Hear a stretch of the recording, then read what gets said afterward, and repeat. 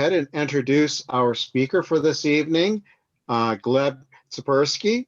Gleb is an internationally recognized thought leader on a mission to protect project leaders from dangerous judgment errors known as cognitive bias by developing the most effective decision-making strategies. He's a best-selling author. He wrote Resilience, Adapt and Plan for the New Abnormal of the COVID-19 Coronavirus Pandemic. Never Go with Your Gut, How Pioneering Leaders Make the Best Decisions and Avoid Business Disasters. As well as he's authored over 550 articles and been part of 450 interviews with places such as Inc. Magazine, Entrepreneur, CBS News, Time, Business Insider, Fast Company, and elsewhere. His expertise comes from over 20 years of counseling, coaching, and speaking and training as the CEO of Disaster Avoidance Experts, and over 15 years in academia.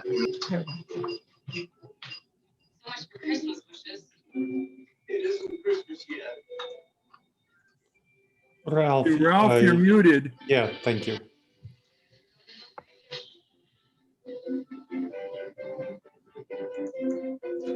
Hey, Ralph, you're muted.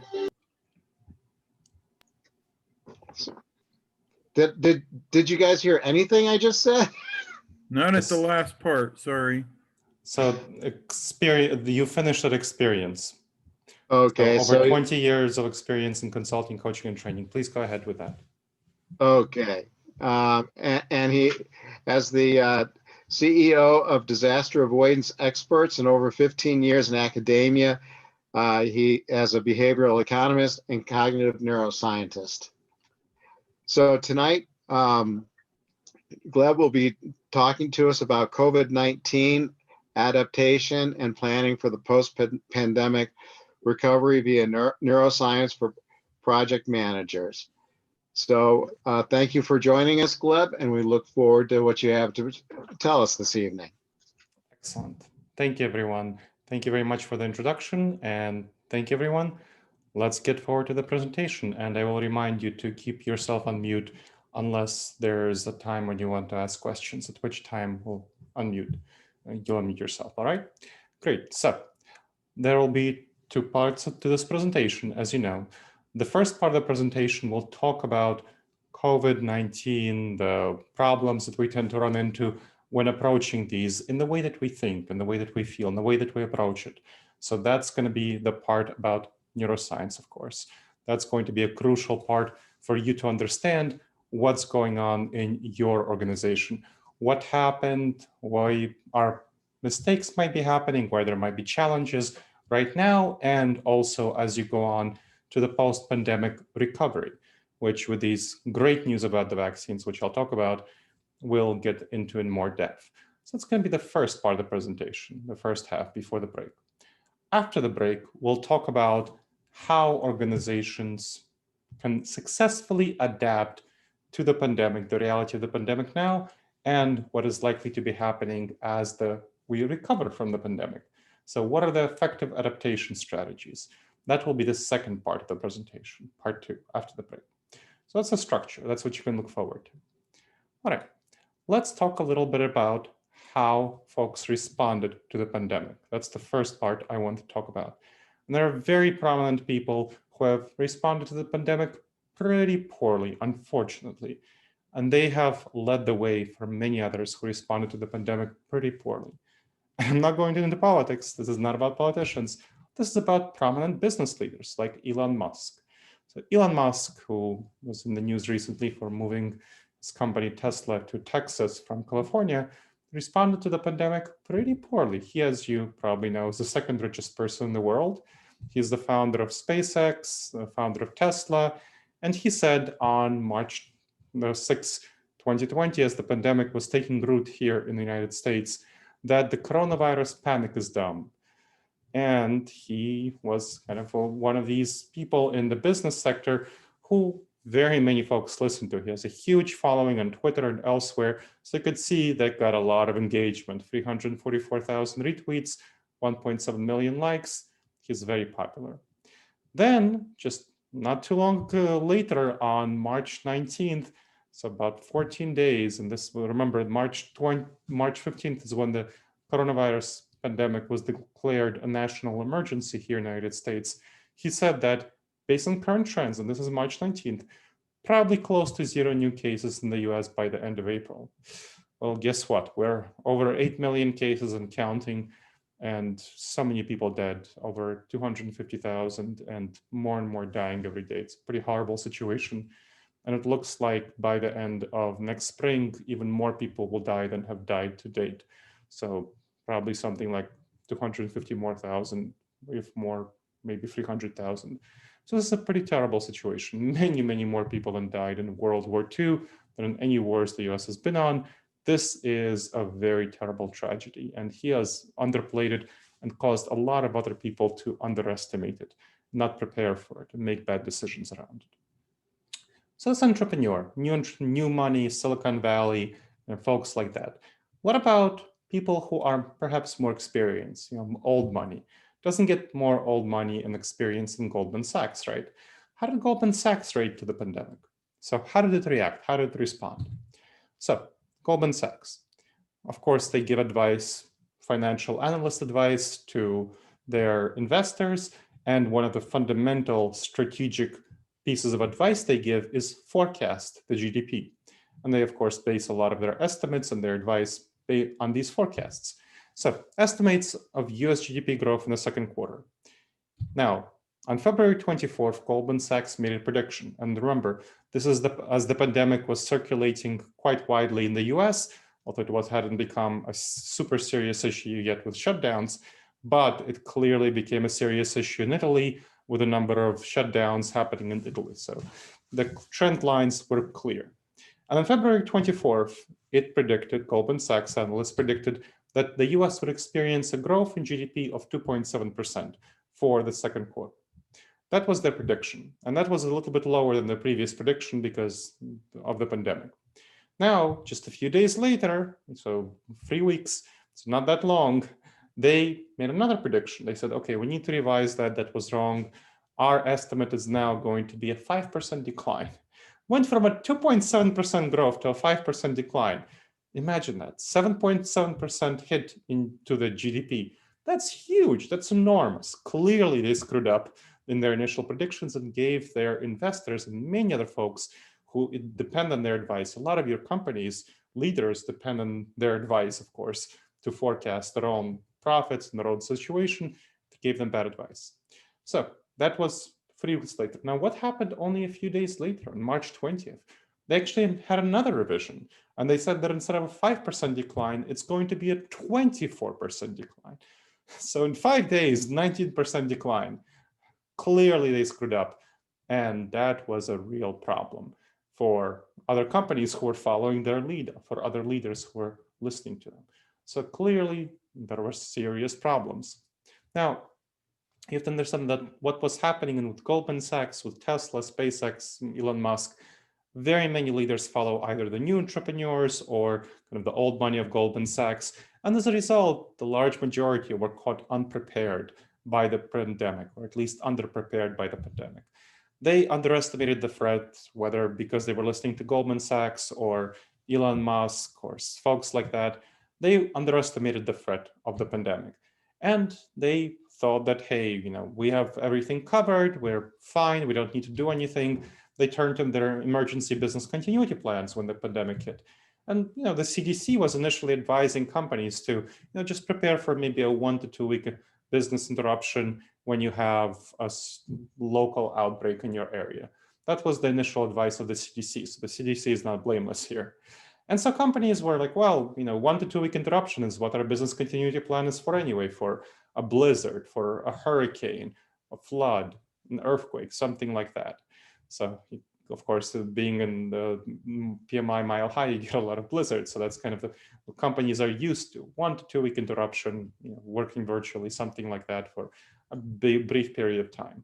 but they weren't prepared for the pandemic at all. The business continuity plans, the traditional standard ones, and as someone who's a risk management expert, I've done a lot of business continuity plans, and I tell clients you don't want to simply a baseline, off-the-shelf version that gets you through the typical business interruption of 1 to 2 weeks. They're a bad fit for the pandemic or other major disasters, which you really need to prepare for, because the pandemic is not a simple emergency. That's what business continuity plans typically are for, brief short-term emergencies. That's not great. That's not what you're facing with the pandemic. That's not what it's for. The pandemic is much more of a marathon. It's a major disruptor. It's a huge disruptor. It's not a short-term interruption. It's a slow-moving, high-impact, long-term major disruptor. So it's a marathon. It's not a sprint. And that's why relying on typical business continuity plans leads to a lot of serious problems and cause companies to greatly underprepare for the threat and the reality of the pandemic. Now, at this point, I will want you to take a look at a poll. So, polling in Zoom, if you haven't done polling before, you will see the poll in front of you and you can immediately vote on the poll. I want you to look at the 3 questions and that I'll launch, and you will answer whether your organization, how well it anticipated the impact of the pandemic. Did it underestimate it? Did it get it spot on, or did it overestimate it? What happened with your organization? So please go ahead, vote. I'll give folks a few seconds to vote.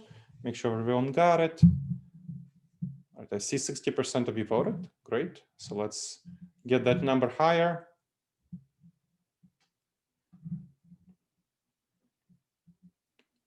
%75% so far. Let's get the rest of the numbers in. Make sure to have your voice heard, engage, participate.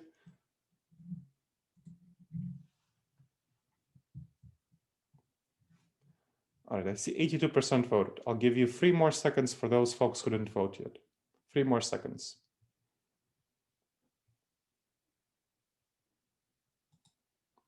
Great. All right. So you'll see that indeed for the people here, as is typical for companies everywhere, that the majority had problems with the pandemic. About a third, just over a third, got it spot on.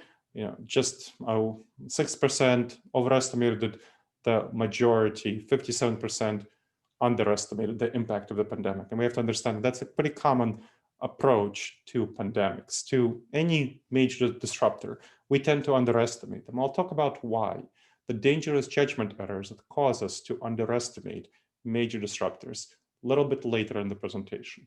You understand that, and that's an experience that all of you share, that all the participants in this presentation, the audience members share.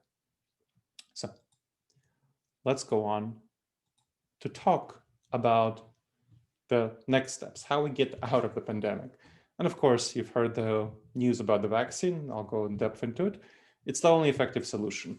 We have not found effective treatments except some steroid medication and some antivirals that are being debated. You might have heard of remdesivir. Initial studies showed it's effective. Newer studies conducted with many more people showed that it's not nearly as effective as thought, perhaps ineffective, completely ineffective, but not nearly as effective as we thought. We know that the only effective medication that we are confident about is the steroid medication. So steroid medication, that does help. And right now we're getting some information about the monoclonal antibodies. Those can likely help us well, but they're incredibly expensive in the tens of thousands of dollars, and your insurance is not likely to cover those. So the steroid medication is the only effective treatment. And for a combination of steroid medication and other treatment approaches, doctors have been able to lower the mortality rate by about 30% from the initial mortality rate. And the average mortality ranges between 0.5 to 1% for the pandemic, for COVID-19. That is the approximate mortality rate. We don't know exactly what it is. We haven't gotten enough research. But from the beginning of the pandemic to now, doctors can reduce your chance of dying by 30%. That's not great. That is not a great reduction. So we don't have effective treatments or seriously effective treatments. We know that the only treatment that, well, preventive treatment that we can actually have that's going to be effective is a vaccine. Now, after a vaccine is ready, which it looks like they're moving closer to approving it, so that's great news, the government right now needs to coordinate the process of producing it, of course, and that's a difficulty. So I don't know if you know, so the two vaccines that are in the pipeline are that seem like they're highly effective, above 90%, are the Pfizer vaccine and the Moderna vaccine. There's some doubts about the AstraZeneca vaccine. It's most likely maybe semi-effective, maybe 60%, something like that, 70%. But there's some doubts about the studies, and they're going to do a much more thorough study because it's a little bit iffy. And there are some other candidates in play, like the Johnson & Johnson one. But so far, we have two vaccines. Now, of those vaccines, the Pfizer vaccine there was a plan by Pfizer to ship around 40 million doses of its vaccine. So enough to vaccinate 20 million people because you need 2 shots. Now, by the end of this year. Unfortunately, Pfizer just came out with an announcement that it'll be able to only ship enough doses to vaccinate 10 million people instead of 20 million people. So I think it was 40 million doses to vaccinate 20 million people was the original plan. Now, news came out that Pfizer will only be able to ship 20 million doses to vaccinate 10 million people because it had production issues with supply chain. So there's going to be a lot of these issues with production. And production doesn't only mean Pfizer. Once you produce the vaccine, you need to produce the glass vials for it. And there's a worldwide competition right now among various governments for getting glass vials for the vaccine, and various companies, various governments. And then, of course, syringes. You need syringes to inject people. And this is a huge undertaking. There's definitely a shortage of syringes, especially given the supply chain issues that a number of companies are having. So this is a serious, serious challenge, the production challenge. Then the distribution challenge. The distribution challenge is huge. The Pfizer vaccine has to be stored at minus 70 degrees Celsius. Minus 70 degrees, that's something that you need ultra cold storage for. That is not your typical refrigerator temperature. That's not your typical freezer temperature. That is super cold storage. The vast majority of typical pharmacies and so on, where doctors' offices aren't able to handle that. The only places that have that ultra cold storage are major hospitals, so not even your rural country hospital, regional hospital, major hospitals, and some university labs, which are often associated with hospitals. So that's pretty difficult to distribute that vaccine. It needs to be stored at that temperature, very cold temperature, and then after it's unfrozen, it needs to be distributed. People need to be vaccinated within 5 days of it being unfrozen, unthawed. So that's very difficult. The Moderna vaccine is a little bit more forgiving. It can be stored at minus 20 degrees Celsius, which is still colder than typical freezer temperatures, but it's better, and there can be dry ice put into freezers to help address that sort of problem. But it's still not great that many venues, pharmacies, and so on will not be able to store the vaccine. It will need to be unthawed, gotten to them, and people need to be quickly vaccinated. And that, of course, has to do with the other part of the distribution is deciding who gets the vaccine, organizing people, all the logistical issues. I mean, look at what kind of issues we've been having with producing enough PPE, personal protective equipment, and of course, producing enough syringes, producing enough testing equipment, so the swabs and so on. There's still huge, huge lines, and the demand for testing has been high, much higher than the actual amount of tests. So this is clearly a major issue with testing, and I anticipate very highly that it'll be a major issue with distribution. And then finally, vaccination. Right now, only about 50% of the American population, according to today's Gallup poll, is actually willing to take a vaccine. 50% are willing to take a vaccine. 25% are adamantly opposed, and 25% are in the middle, not sure. That's not great at all. So that is not something that will end the COVID if you only have half of the population who take the vaccine. So you need a major, major education campaign to get people to take the vaccine. And then we also know that for 2-shot vaccines, which the major leading candidates are, you have a ton of people who don't show up for the second shot because of their negative side effects from the first shot, or they forget, or they're busy. So that's a huge problem as well. They needing to get people to show up for the second shot. That's part of the vaccination education issue. So this is a huge, huge major undertaking that a lot of things can go wrong, a lot of issues. And the government has not shown itself to be that highly competent in terms of, let's say, the testing so far, where the government has not addressed a number of backlogs with testing, with personal protective equipment. There's still a lot of issues. So I wouldn't be too confident about the government's ability to efficiently and effectively deliver the vaccine.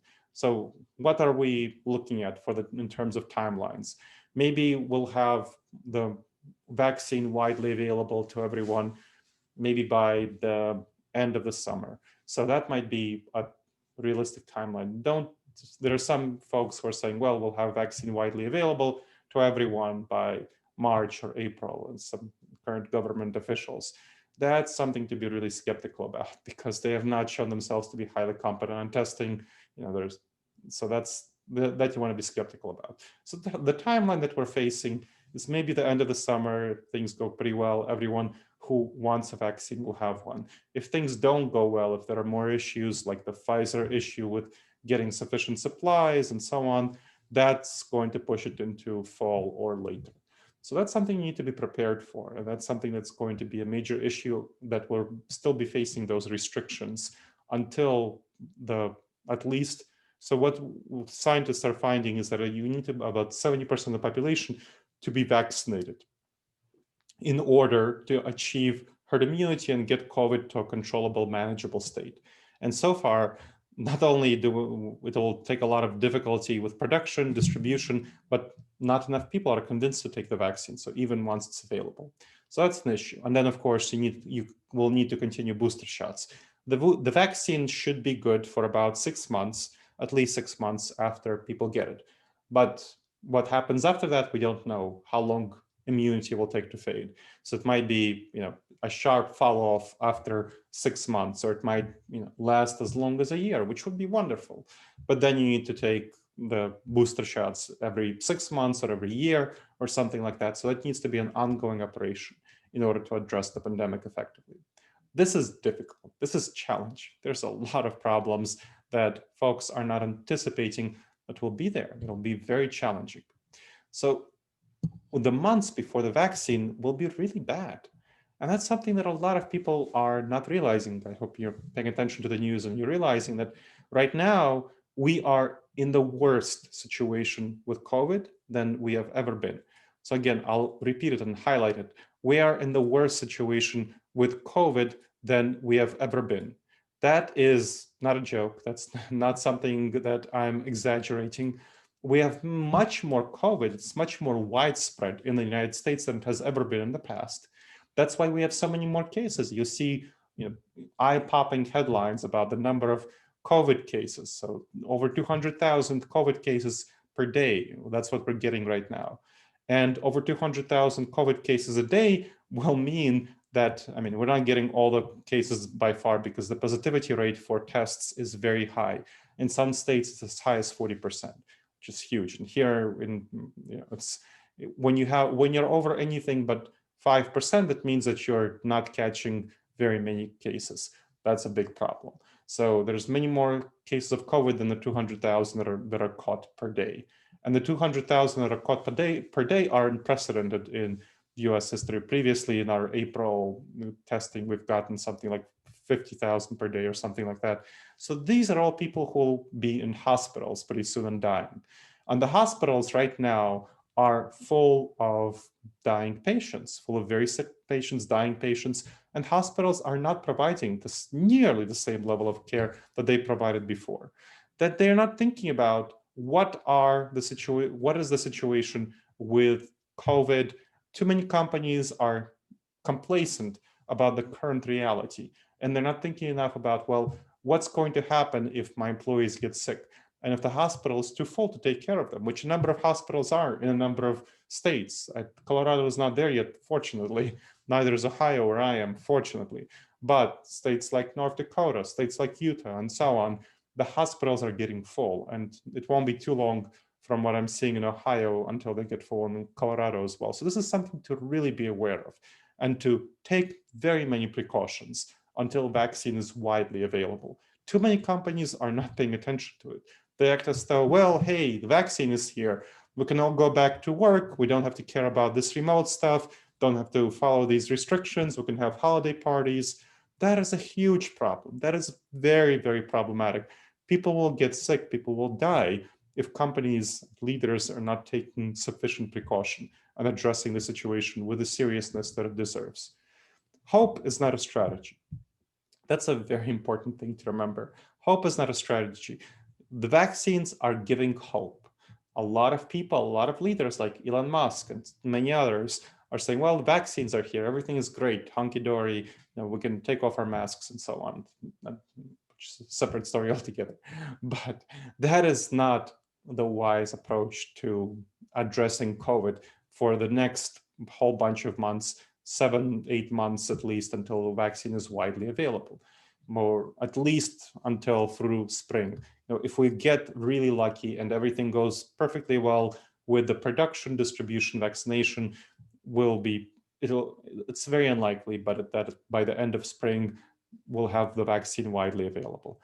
Much more likely by the summer if that's a realistic scenario. The pessimistic one is much more by late fall, so maybe even early winter. So you don't want to go for the most optimistic scenario, which is by the end of spring. So it's still 6 months from now. You want to orient toward 9 months being realistic, or pessimistically about 12 months. Hope is not a strategy. And that's a great quote attributed to Vince Lombardi. And that's something, so Prem, football coach, that's something that you can help your leaders realize. You don't want to ignore this huge third wave that's flooding over hospitals right now. And we need to anticipate. This is what our future until widespread vaccination will look like, these floods, these restrictions. So we're seeing a number of restrictions that were loosened in the summer in a number of states, in Texas, Florida. They closed late, opened early so they closed late in mid-spring instead of early spring. Then they opened early in the end of spring, and they had an increase in cases. And the same thing happened in the end of summer, where a number of states that were previously closed opened up. And of course, with colder weather, COVID becomes much more potent. So there's significantly more potent, and there was an increase in cases. And right now we're seeing more and more restrictions and a decrease in cases. So we're seeing the curve a little bit plateauing, which is wonderful, but of course not nearly sufficient enough to address the problems of hospitals filling up, because the hospital filling up is way behind where the number of cases are. So we'll see the patients who are getting COVID right now, those 200,000 cases, in the hospitals in a week or two, and then dying in 3-4 weeks. So this is going to be a very rough Christmas season. I can guarantee that to you. So this is what we're facing. These looser restrictions, increase in cases, tighter restrictions, decrease in cases, these repeating waves. That's what we're facing until vaccine becomes widely available in the end of summer, realistically speaking. And that's something that you have to realize, and that you have to help the leaders in your companies realize. That's what's going to happen. That's what you need to look forward to. Not look forward to, but realistically look at. So the world that we're living in will change forever as a result of this dynamic. These waves of restrictions are already changing people's habits, norms, values, desires, patterns. We'll never go back to January 2020. Having experienced this pandemic, we will always be the pandemic generation, especially younger people, but also people like us in our age, 40s like me, whatever your age happens to be.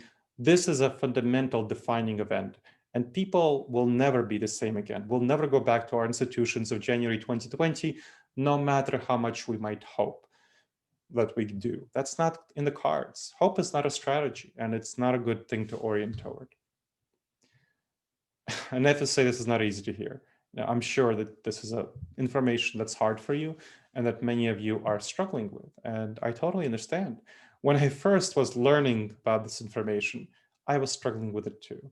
When I was looking in as a risk management expert, of course, when I heard about this new disease in the middle of nowhere, China, I decided, hey, what's going on here? You know, I heard about Wuhan before, and unlike many people who were dismissing it as kind of whatever backward city in the middle of China, I wasn't dismissing it because I knew it was a pretty large and important city in China. So when I was researching it, I found that it's a major metropolis. It has 11 million people, produces over $22 billion of revenue a year. It's a major industrial and travel hub. It's called the Chicago of China for a reason. So it's huge. It's very, very big. It's much bigger than Denver, much larger than any city pretty much in the United States. I mean, even New York City has only 9 million people. And by the way, I'm from New York City, so I'm very empathetic toward New York City, but it's in its experience early in the pandemic. My dad got sick with COVID and he really barely pulled through. He's 80 years old. So I'm very fortunate that he pulled through. I'm very glad that he did. But that was very tough for me to see that. And Wuhan is a bigger city, and it's a very well-developed city. It has a huge international airport. It gets something like 500 international flights per day, which, you know, an average of 200 people per flight means it's going to have around 10,000 people flying in and out of it internationally per day. So of course it was going to leave Wuhan and travel internationally. And when I saw that the public health infrastructure collapsed in Wuhan, I was very worried.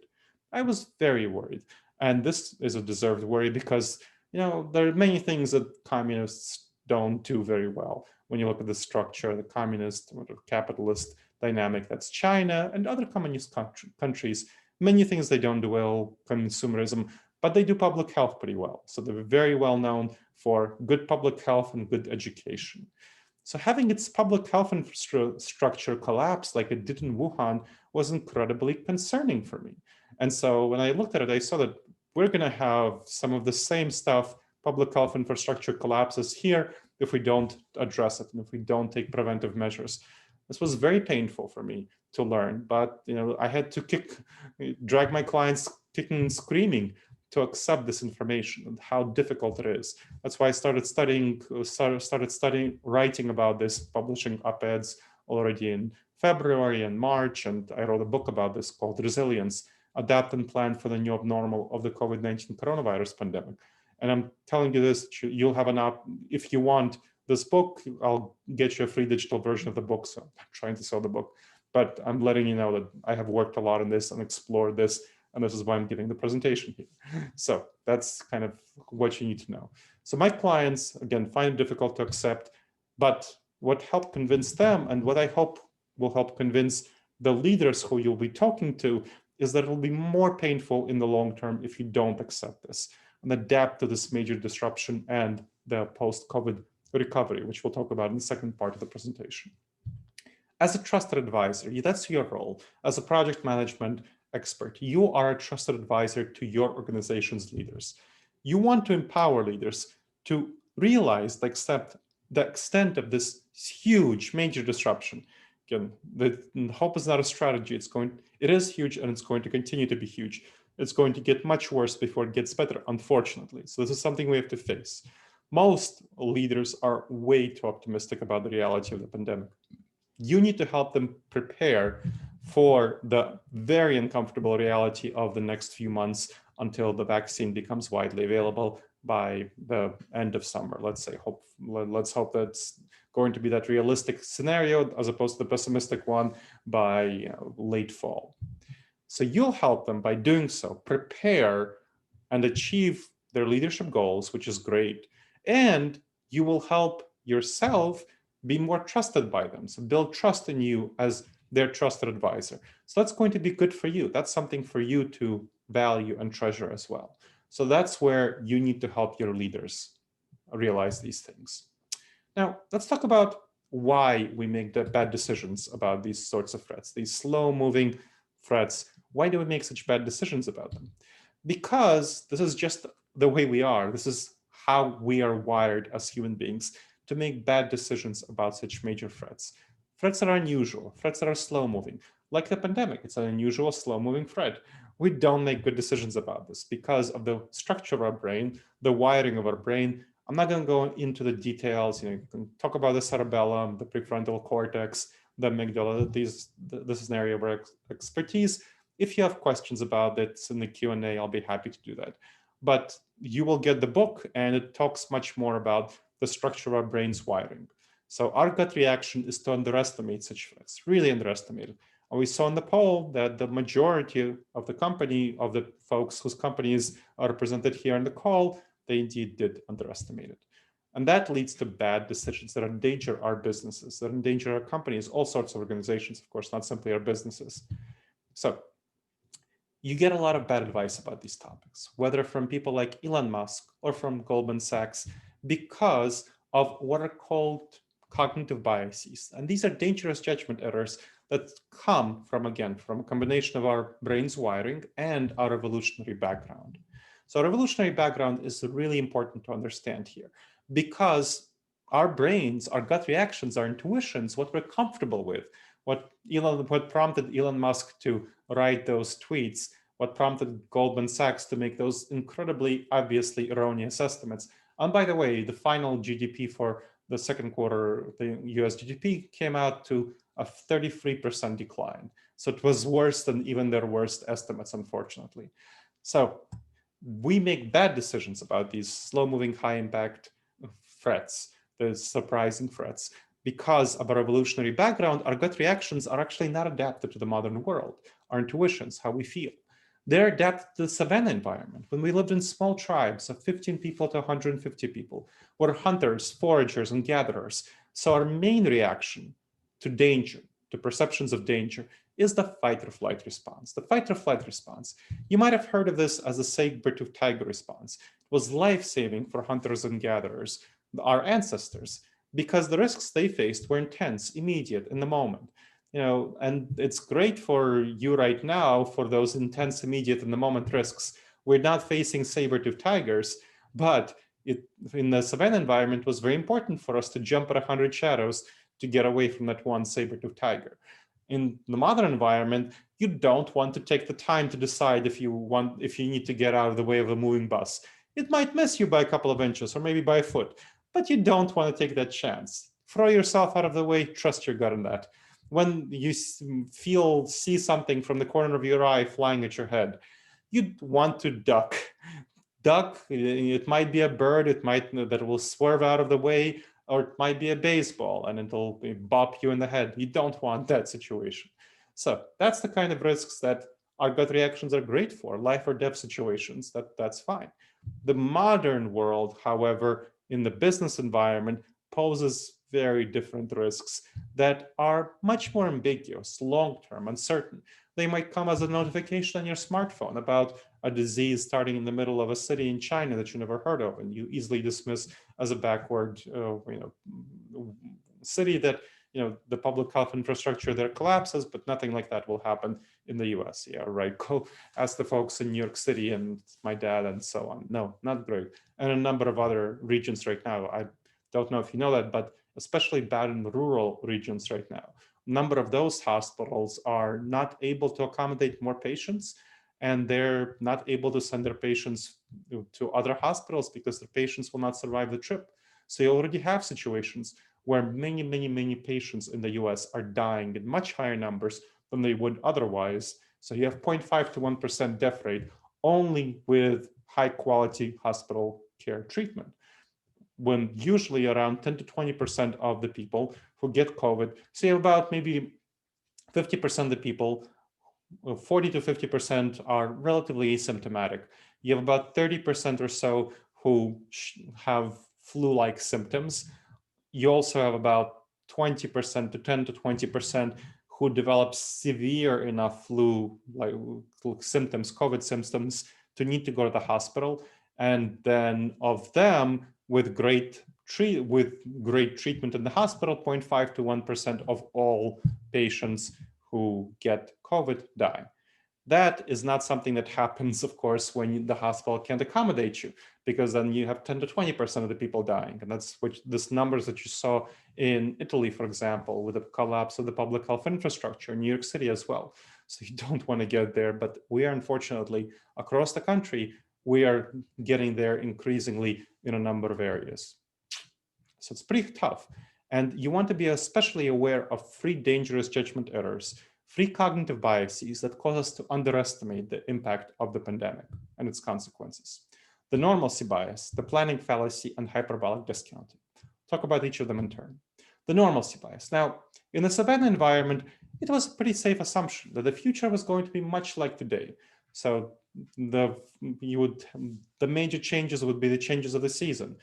Spring, summer, fall, winter. That's the major changes. Your life would be much the same. And so our gut reaction is to assume that everything will keep going normally. Pandemics won't touch us, major disruptors won't touch us, and we underestimate the impact of major disruptors because we forecast the short-term future of the next several years based on the short-term past. That's not great. I mean, the 2008-2009 fiscal crisis was a huge, huge event that was really underestimated by the world markets.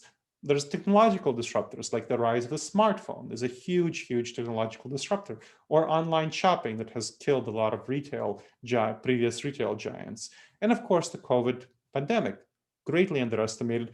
And that's about falling into the normalcy bias, where people don't anticipate these sort of major disruptors. Then the planning fallacy. When we make plans, we feel good about ourselves and we feel good about our plans. So we feel that our plans will go according to plan. As project managers, I'm sure you understand that's not what always happens, but very often for the leaders in your companies, that's what they feel will happen, especially when they make a strategic plan. They think everything will go according to plan. And that's a bad problem because they don't pivot in a nearly quick enough manner. And sometimes, of course, that happens to project managers. I've worked in projects where project managers make a plan and they try to stick to it way too much. And they don't anticipate the risks, problems that might arise. They need to pivot. They don't pivot nearly quickly enough. And of course, project managers have more experience with pivoting problems and risks, but there are many, many leaders and other folks in the companies around them who don't do that nearly enough. And they underestimate the kind of resources that are needed.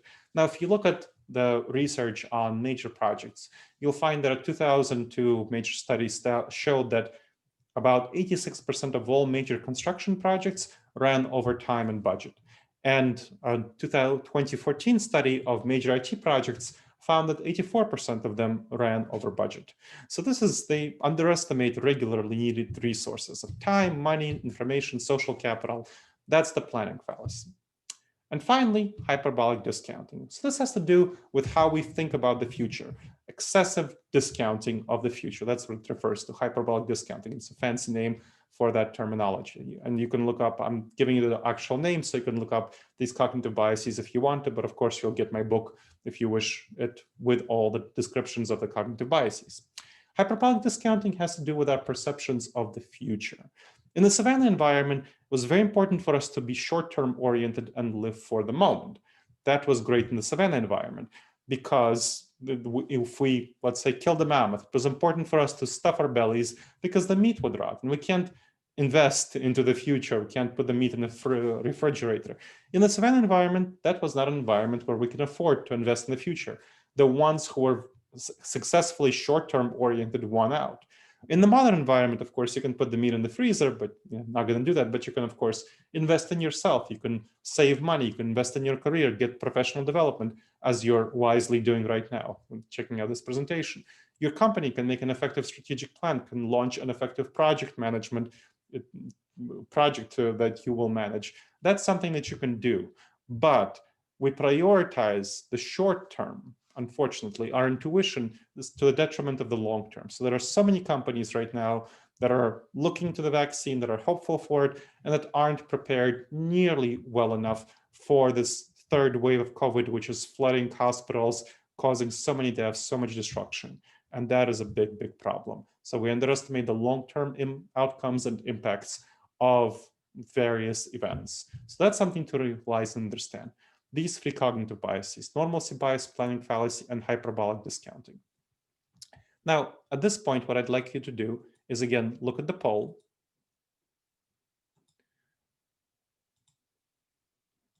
And I want to ask you, which of these dangerous judgment errors might be the biggest challenge for your organization? So please go ahead and vote. Which of these might be the biggest danger?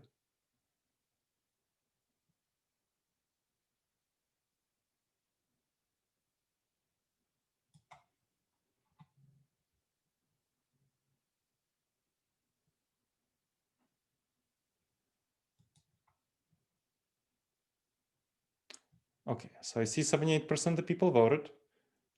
Great. And there was a chat from, I see someone who really didn't find this useful, and that's fine, signed off. Great, no worries about it. And I'm glad that Whitney is finding it useful.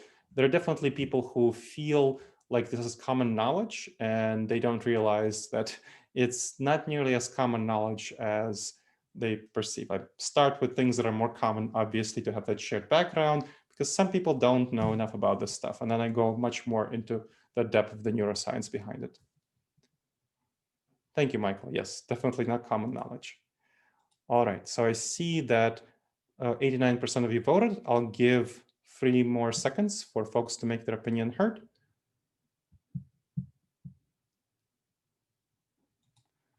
All right, so you'll take a look at the results. Okay, so what we see is the normalcy bias is about the biggest problem for about a quarter of you. Good that you know it and realize it. Hyperbolic discounting for a fifth of you. The biggest problem is planning fallacy for the more than half of you, so the majority of you. So what I advise you to do is get this information and bring it to your leadership and tell them, hey, this is the biggest problem that I see us facing. Of course, incorporate this into your work, whatever you're doing, but you really need to get this to the attention of your leadership and your team. So for them to take effective steps. All right. Great, thank you, Michael and Alice, for your kind words about the presentation. Good, let's go on to the next section. So how do you find out more about these cognitive biases? I often get that question. How do you figure out what are the cognitive biases that are most prevalent in your organization? There's an assessment that, again, you'll get if you want it. You'll have an opportunity to vote in the polling for it, to see if you want to get these resources after the presentation. It focuses on the 30 most dangerous judgment errors in professional settings. And so you will see that it includes the 3 cognitive biases that I just talked about, and evaluates, and of course, 27 more. Evaluates their extent and impact on your workplace. This is a very good project management tool because you can see where these cognitive biases are most present in your work, in your team, in your organization, what's their impact, and what are the next steps for addressing them. Now, I'll show you what the assessment looks like. So I'll share my screen right now. So you should be able to see my screen. And I want you to bring up the chat function. We'll be using the chat for this section. So make sure that you bring up the chat function. Now, for the assessment, your goal in the assessment is to indicate how often each of the behaviors described happens. You don't need to know anything about the planning fallacy or the normalcy bias or anything else, hyperbolic discounting. You don't need to know these names. You just need to know what's going on. You need to know behaviors. So looking at these behaviors, how often do these behaviors occur in your organization as a percentage of all the times when they could have occurred over the last year? So that's the nature of the question. Now, there are different ways of framing this question in your mind, looking at it and saying, well, this is objective, this is subjective. Maybe if I can interpret it in this way, it will be less often, this way is more often.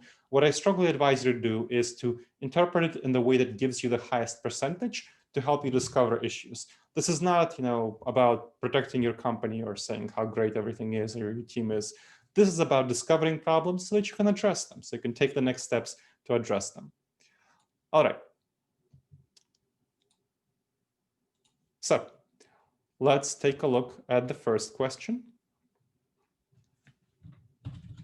Number 1.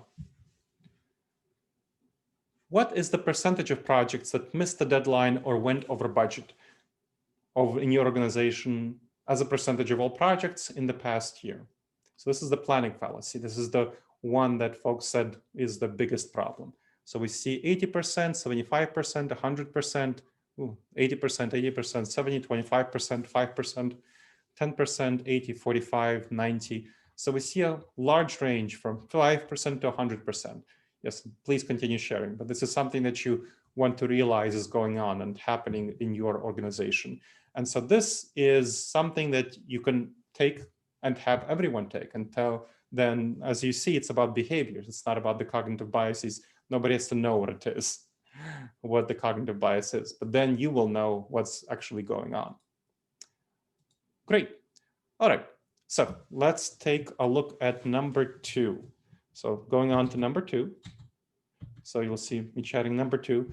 What is the percentage of team conflicts that occurred because someone overestimated how effective they are in communicating and persuading others? Of all the team conflicts that occurred, what percentage occurred because someone overestimated the effectiveness of their communication skills and persuasiveness? Okay, also see pretty big. So 10%, 50%, 95, 80%, 100%, 50%, 10%, 80%. So we see a significant range, but you want to understand that this is called the illusion of transparency. So the illusion of transparency, we feel we are effective communicators. That's what everyone feels. That's an illusion, of course, that our minds, our thoughts are effectively transparent to others, that others can perfectly understand what we're saying, what we're meaning when we're trying to convey this message. That's not the case at all, as was the case, during the, let's say the introduction, when there was a technical glitch, folks couldn't hear Paul introduce me. That happens very frequently, especially with digital communication, digital messages. That is something that happens, and you need to understand that's something that happens and check for understanding. So technical issues, in person, people can mishear you. People can misunderstand you. They might have different interpretations for the same terms, especially jargony terms. Or they might not be paying attention to what you're saying. They might be thinking about their meeting with their boss that they want to ask for a raise, or what they're going to have for breakfast for dinner when they get home. These are all things that cause our attention to be lost and that undermine people's effectiveness. Not to speak of the filters. We all have blinkers, we all have blinders that cause us to misperceive other people's communication, to ignore what they're saying, to not pay sufficient attention to them. As project managers, I'm sure you've had a lot of folks who misperceived what you were conveying to them about the project. That's something that very frequently happens. Great. So I'm going to stop sharing my screen. You've now got a flavor of the assessment. And I want to ask you, again, on the poll, how helpful might it be for some or all on your team to take and discuss the assessment on dangerous judgment errors in the workplace? How helpful might it be? Would it be not helpful, moderately helpful, or very helpful? Again, you get a flavor of the 2 questions. You'll get the assessment if you want it after the presentation. So please vote. Would it be not helpful, moderately helpful, or very helpful? Go ahead.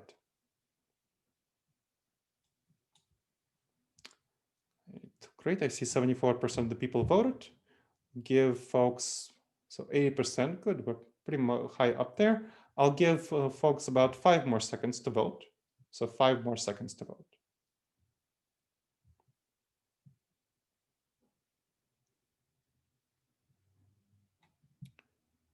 All right, ending polling.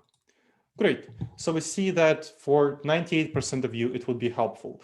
Either moderately helpful for just under 2/3 of you, so 47%, and 2/5 of you would find it very helpful. That's great to hear. So what you want to do if you find it either moderately helpful or very helpful, the next steps are the same. The next steps are for you to take it yourself and see exactly what scores you get, how you assess the organization. So you have 2 of the questions, go through the rest. If you find it very helpful, you'll want to immediately bring it to the rest of your team and say, okay, I found this very helpful. I think we all should take it and discuss it. So that should be a pretty high priority for you to kind of get this information out there, grab everyone to take it. So for the 2/5 of you who would find it very helpful.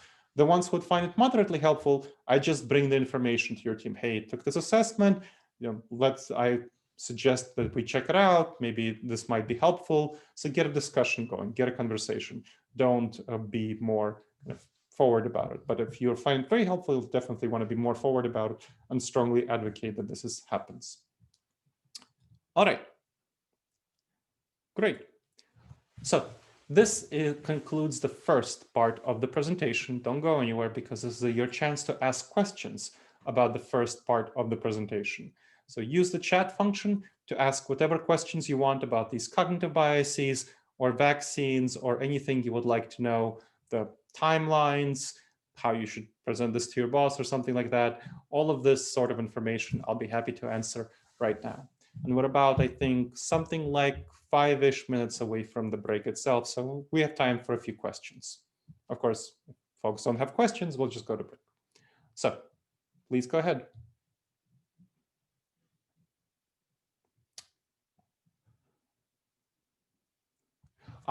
So Jason asked about those free biases. Yes, these are the free cognitive biases that I've seen most impactful for the pandemic.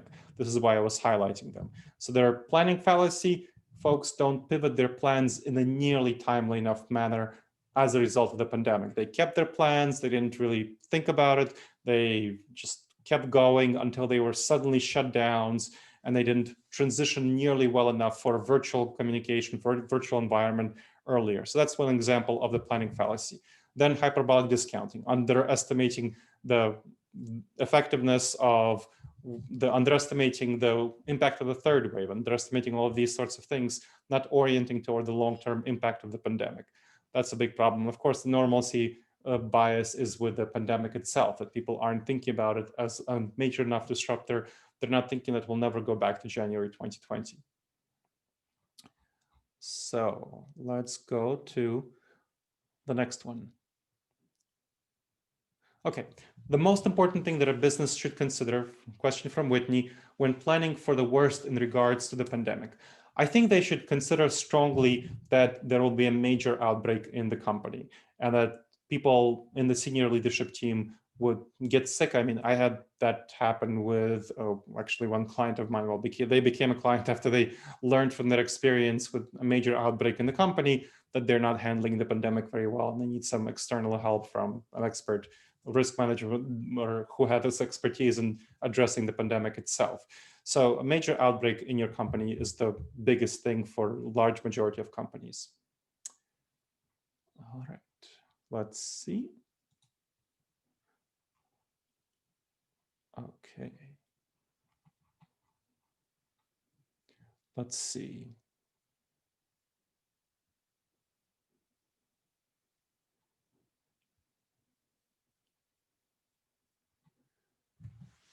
So getting leadership to understand the bigger and long-term planning horizon is difficult. Totally understand that. And folks are much more complacent. They're not thinking about the long-term nearly well enough. So there are ways of approaching this. And what you want to do is focus on the pain suffered as a result of this pandemic. The pain is usually something that motivates leadership. They don't want to run into the same landmine again. So focusing on, hey, what are major disruptors that we're not looking at right now besides the pandemic? I mean, pandemic was one major disruptor, but what other major disruptors might there be? Or might there be a second pandemic? So something that you want to get people to think about are major disruptors and how you can prepare for them effectively for a range of major disruptors. That's something that I found to be quite useful in getting the leadership team, who tend to be mostly optimistic, unfortunately, to look at the broader picture. Okay. So Wendy asks, how can we help people understand that everyone has cognitive biases if they don't believe it? I find the assessment incredibly helpful with that. So once you have people take the assessment, you'll see behaviors. It's not about cognitive biases. I mean, you know it's about cognitive biases, but that's not what the assessment itself lists. It talks about what's going on with our projects. Are they ever late? Are they over budget? So you can clearly see these behaviors. Is someone overconfident about how effective they are in their communication? Are we being too short-term oriented? Folks will acknowledge that, and then you can talk about the cognitive biases behind it. Say, okay, this is what caused us. This is the pattern. This is the mental pattern that caused us to do that, and that's what we need to watch out for. So that I find very helpful. So Aileen asks, why do I think that some people think the question may not be moderately helpful or not helpful? I'm not sure. You're welcome to share your opinion, whoever finds it moderately helpful or not helpful. Maybe it's because, like Aileen says, that the people they're working with will not change or take it seriously. I find that people do take it seriously when it's presented effectively, because it's about behaviors. It's not about kind of, up in the sky theories. It's about something that everyone can see, about budget and so on. Okay, so Greg talks about the impact of the pandemic and that people have a realistic assessment. I'm sorry, Greg, I need to disagree with you here. I was just doing a presentation for top leaders in a number of industries this morning, literally this morning. And there was an association of nurses, so the executive director of a nursing association, I won't say which one, they conducted a survey of their members and asked, are you willing to take a vaccine? 75% of the nurses were not willing to take a vaccine. 75% of the nurses, again, I'm going to highlight this, 75% of the nurses are not willing to take a vaccine. That to me says they're not taking it seriously. So I kind of disagree with that. I think that there's so many biases that are happening in the healthcare field right now around vaccine, around various other issues. This very much applies to the healthcare field, even though people may feel that they take it seriously, but I've seen so many cognitive biases there. And I work with a number of healthcare companies, so that's a big problem. So Deborah asks what role fear has in these cognitive biases. It's a huge role. Fear is one of the fundamental motivators of the fight or flight response. We have an intuitive desire to flee from information that goes against our beliefs, including about the pandemic. We have an intuitive desire to have an optimistic, hopeful orientation toward the future and to ignore information about the reality of the third wave and these impacts. It has a huge role, this anxiety, fear, these emotions. Vanessa asks if any of the underlying primal reactions has anything to do with individual. Absolutely. So when you look at things like the normalcy bias, the fight or flight response is how we respond to threats. We don't respond very well at all to major disruptors. The fight or flight response just doesn't work. So we don't feel that it's an actual threat. And as a result, we don't take it nearly seriously enough. And that's just one example out of many. We have about 1 minute until the break. Okay. Let's see. Okay, so it looks like that's the end of the questions. This is great. This is perfect timing. So it's time for a break, everyone. We'll have a break. Ralph, until when is the break? Is it about 10 minutes? I'm trying to remember exactly. Yeah, so thank you, Gleb. Appreciate everything you shared so far and looking forward to the next half. So we will be taking a 10-minute break so people can go stretch their legs and take care of any other things they need to. And also, if there are any announcements from the board or anybody else, please message me privately in the chat and we'll make sure that you have a chance to present your announcement before we start the second half. Excellent. Great. So we'll come back in 10 minutes, so at 40 past the hour. All right, everyone. See you then. You're welcome, everyone. I'm glad that it's helpful. Aileen, Julia, Benjamin, you're very welcome.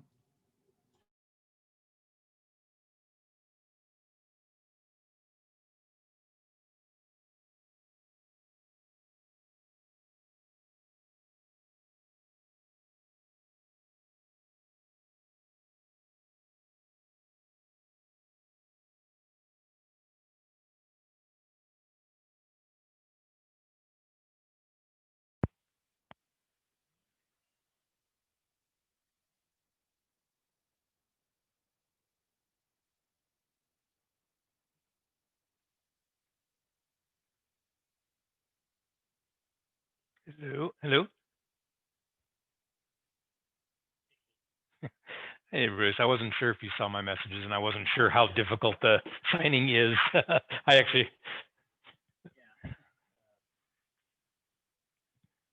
Oh.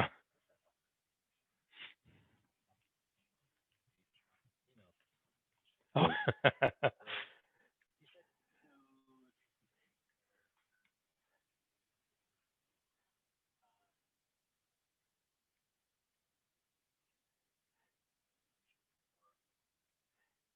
Yes. So I think, yeah, I think Bruce sent them through, or sent the Coupa one anyway through Adobe eSign.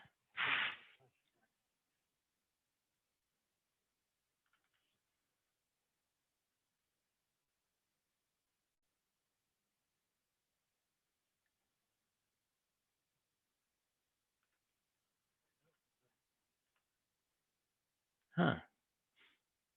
I've got something.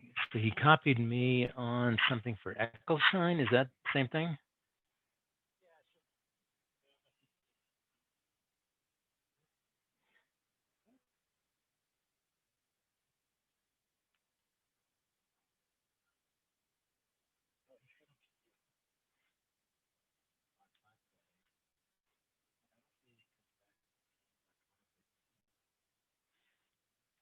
Yeah, he said he was copying me on. Yeah, so I've got a message here that says, for Adobe Sign attaches your copy. CC of the Coupa CDA RFX has copied you on. Yeah. Sorry about this. Stephen, could you unmute your phone or mute your phone? Sorry. I'm just in a PMI meeting, so I'm on my break from it. So. Stephen, please mute your phone. Mute your Zoom session.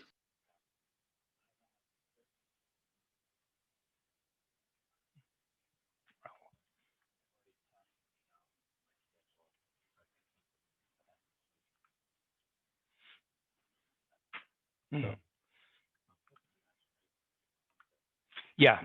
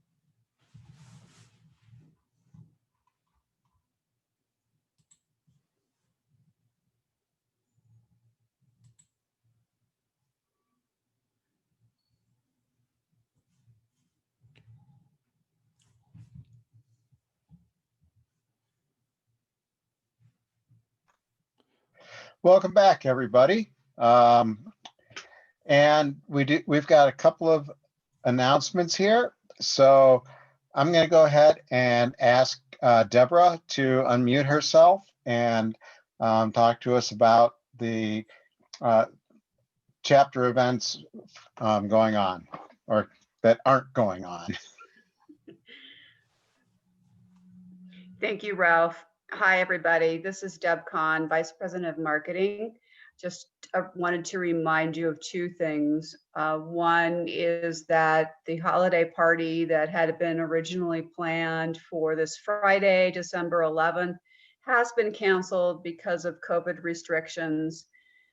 So if you've signed up, you should have received some notification of the cancellation. And we are sorry, but the restaurants can only do what they could do. And the second announcement is just a reminder to everybody that you should have received an email in the last, maybe yesterday, maybe earlier in the month, reminding you to participate in the annual chapter satisfaction survey. The email should have contained a personal link for you to take that survey. It only takes about 10 minutes. So please do that. I believe the close date on that survey is December 15th. That's it. Thanks, Ralph. Thanks, Deborah. And for those all-important PDUs, I think Paul has something he'd like to ask people with respect to attendance. Yeah, I just need people to stay logged in. It's when you log out and log in, sometimes I don't know if you're having connection problems, but it looks like I have 107 participants so far, and I just want to make sure that you stay logged in. That's all, because we're going to take attendance again. Thank you. And the attendance, the purpose for him taking attendance is so that the chapter can upload your PDUs for you automatically rather than you having to post them yourselves. Yes, exactly. Thank you. I appreciate that. All right.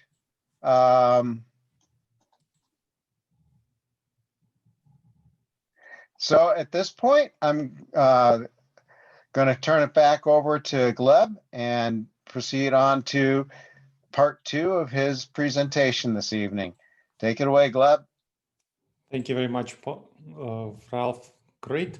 Let's talk about the second part of the presentation. How can businesses, organizations actually prepare and deal effectively with COVID-19? What are the steps that you can take? So I'm going to talk about what you can do internally, externally, and then a long-term plan for not simply the pandemic itself, but the post-pandemic recovery, because that's definitely something you want to be thinking about and that your leaders are thinking about as well. You want to make fundamental changes to your business model. So if you haven't made them yet, I hope many of you have, but many organizations have not sufficiently changed their business model, and they're not sufficiently changing their business model for the realistic situation with the production, distribution, and vaccination timelines. And they're also not really thinking about, okay, what's going to happen? Where are we really prepared for this third wave? And not simply that, but of course, as I mentioned earlier, the habits, desires, values, norms that people think will go back to January 2020 will not go back to it. We will still be very fundamentally impacted by the pandemic and acting out with our emotions, with our intuitions, with our desires, behaviors, values, norms based on it. So you want to be much more focused on virtual interactions than you have before and make a long-term change, not a short habitual change, not a short-term change, kind of seeing this as transient, temporary, for a future focused much more on virtual interactions, much less time in the office, much more virtual interactions, much more interaction with clients virtually, much more interaction with vendors, with all sorts of folks who are going to be much more virtually oriented. That requires a fundamental restructuring of the company, the business model, internally and externally. So you want to make a commitment to virtual teams and offerings, strongly consider ending office space leases or decreasing it to about 10% of what you currently have. So just keep a couple of people in the office to do some paperwork, checks, and so on, minimize that, minimize the people in the office. You can get co-working spaces for folks if you want to have meetings. There's a lot of strategies that you would just keep a couple of conference rooms rather than what you currently have. This is something that many, many businesses are going to. And I'm not talking only about Silicon Valley, which is definitely Dropbox and so on. Huge companies are going all virtual, letting go of their office space lease. I'm also talking about older, traditional companies. Nationwide, for example. Nationwide Insurance, it's been around for over 100 years, but they have decided that as a result of the pandemic, they will transition many, many of their staff permanently to virtual and sell off or get rid of their office space or get rid of it, some office space leases. That's something that many companies are going to, and they're doing a smart thing. Many other companies are doing the same sort of thing. So that's an effective technique. And you want to be much more virtual than you are right now, most companies. So as part of that, there are 6 changes you want to make to your internal business model. We'll go through them in step by step. Your internal controls. They need to be fundamentally rethought to be much more virtual. Of course, ensuring financial security, that's something that is really important, and that takes a different process, one that is not in typical business continuity plans and one that many companies really haven't set up yet. So ensuring financial security, long-term financial security, that's going to be really important, creating a good process and intending to keep it virtual for a long time. Then, as part of that, preventing cybersecurity vulnerabilities. Surprisingly, many companies are still facing huge cybersecurity vulnerabilities. The FBI has reported that hacking is up a lot, over 40% up since the start of the pandemic, and recently even more. So those 40% was about as of 3 months ago when the latest data was available. That is really bad. So many companies are falling into vulnerabilities because they're going all virtual, and people's home offices, you don't have a home office when you're working in their kitchen or their closet, and their software is not hardened and their hardware is not hardened against cybersecurity vulnerabilities. I was doing a consulting project for a company. This is a mid-sized manufacturing company, and it has a senior executive who was frustrated because he couldn't access his virtual network back in the office. So he took off his firewall to try to access it. That is a terrible idea for a senior executive to do that, but that's something that happened.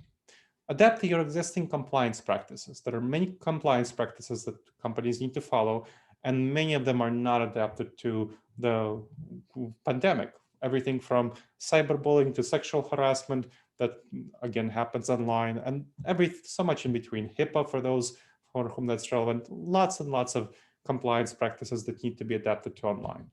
And of course, compliance with CDC guidelines. A number of companies are really not doing sufficient compliance with CDC guidelines, even when they're doing in-person interactions.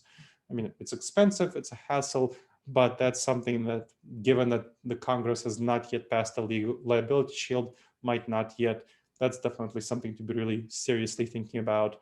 And even not liability, but the next 6 months at the most optimistic, more realistically 9 months, pessimistically 12 months are going to be really bad. You don't want to have an outbreak in your company. And then finally, for internal controls, revise your internal measurements of effectiveness and efficiency, of both effectiveness and efficiency. People who are working at home should not be evaluated the same way based on per hour productivity, which so many companies use as still the standard evaluation, because people are not working in per hour blocks usually. They are taking some time for chores at home, they're taking some time for work, they're working outside of work, typical work hours. So you want to be much more oriented toward task-based measurements of effectiveness and efficiency than the typical hour-based productivity measurements. Then motivation engagement. This is not something that many companies think about. Before the pandemic, how many percent of employees were fully engaged according to Gallup surveys? How many people were creative, were innovative, were willing to sacrifice on behalf of the company? Only 34% of all employees were fully engaged. Around half of all employees, around 50%, were passive, somewhat disengaged. They were not really willing to sacrifice on behalf of the company. They came in, they did the bare minimum that they needed to get by, and that's all. Then they were willing to leave for a slightly better opportunity. Then about 15% of employees, 16% more specifically, were disengaged, meaning actively disengaged, hostile to the company, looking for a new position, bad-mouthing the company, stealing from the company, and so on. And that's a lot of people.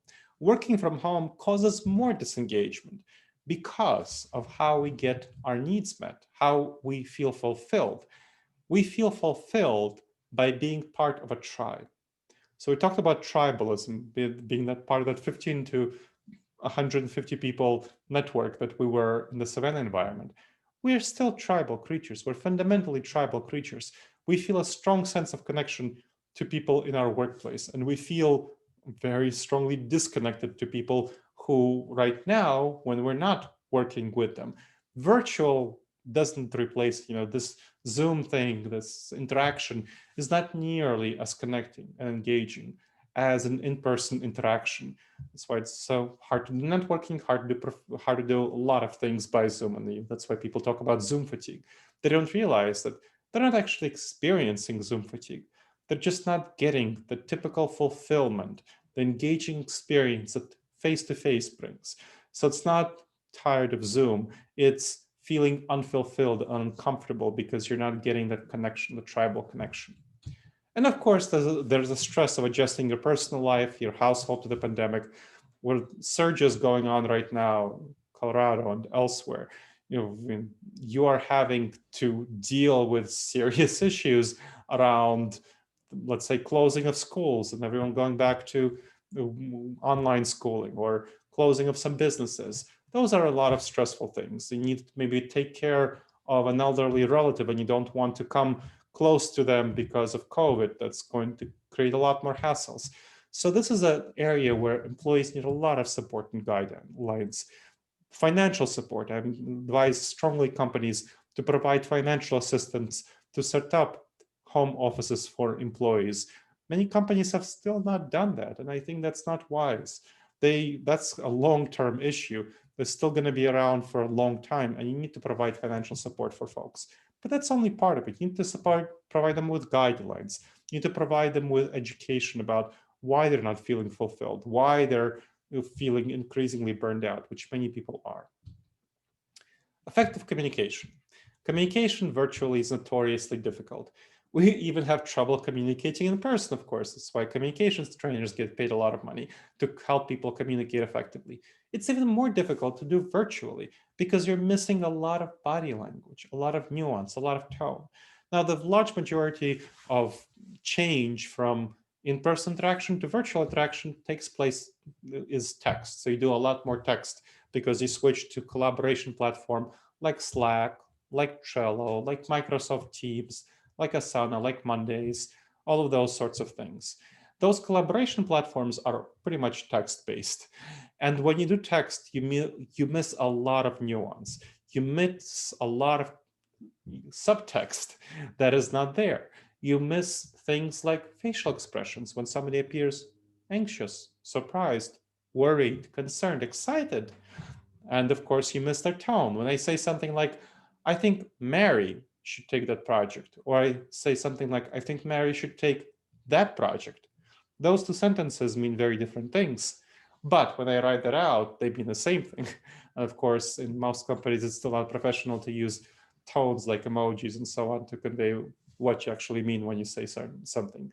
So there's a lot of miscommunication. This is a training area. It's essential to train employees on effective communication, professional development. This is really important to do. Communicate effectively in virtual teams. Very important to do that. Then resolving conflicts, problem solving. This is another area that companies don't pay nearly enough attention to. There's a lot of conflicts that happen in virtual settings because of virtual settings, because of all the stress, because of disengagement, because of difficulty adjusting to these. Face-to-face interactions are much easier for resolving conflicts because you can see people's expressions. You can see when they're anxious, when they're disengaged, when they're concerned, when they're worried. So you can notice and resolve these problems effectively. But in a virtual team, that's not really possible. You're not seeing people's tone, you're not hearing people's tones, you're not seeing their faces, you're not seeing a lot of the emotional context, the subtext that goes on behind the textual communication. So it's very easy for problems to go unnoticed. And of course, it's much harder to resolve them because of the difficulties in virtual communication. So this is a critical area to offer training and professional development, as it is with communication. So resolving conflicts and effective communication. Now, going on to the fifth area, cultivating trust. This is not something that folks often think about, because cultivating trust comes naturally in office settings.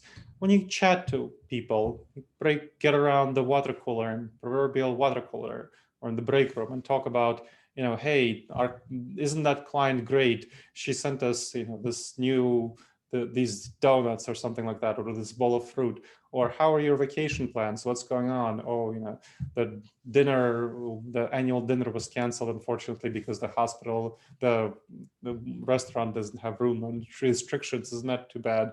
Kind of talking about these, what's up with your kids? How are they doing? How's online schooling?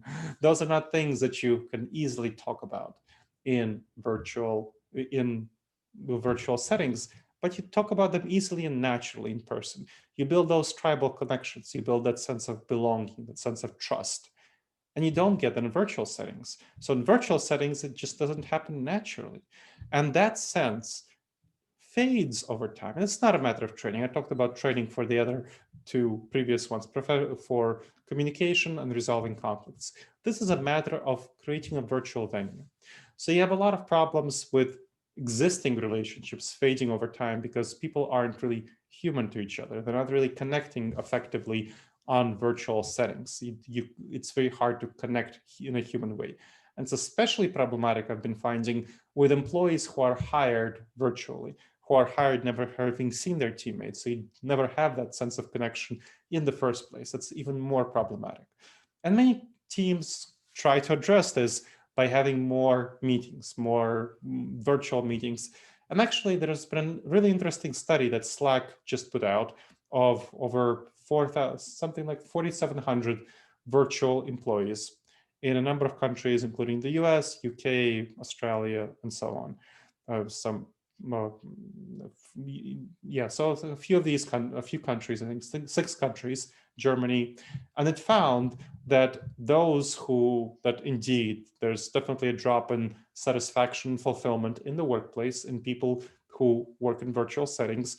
There's definitely challenge, and that's part of the cultivating trust, and that those meetings, catch-up meetings and so on, actually don't really help. They don't really help in cultivating trust. They don't really help in humanizing folks to each other. There's actually a correlation between having more meetings and lower trust, lower sense of fulfillment, lower sense of connection. So that is not the solution, actually. That's not, even though it feels counterintuitive, feels to our gut that we should have more virtual meetings. That's not the solution. What's really helpful is humanizing people to each other by creating virtual venues specifically dedicated to doing so. You can have a Trello card, an Asana column, a Slack channel, Microsoft Teams channel, specifically dedicated to personal chit chat, stuff about life, where people are not doing work, they're just connecting to each other, chatting about what's going on, their day. That's really helpful. So that has been shown to really help quite a lot. You can also do things like co-working virtually, where you keep an open channel to other people on your team. So co-working virtually helps.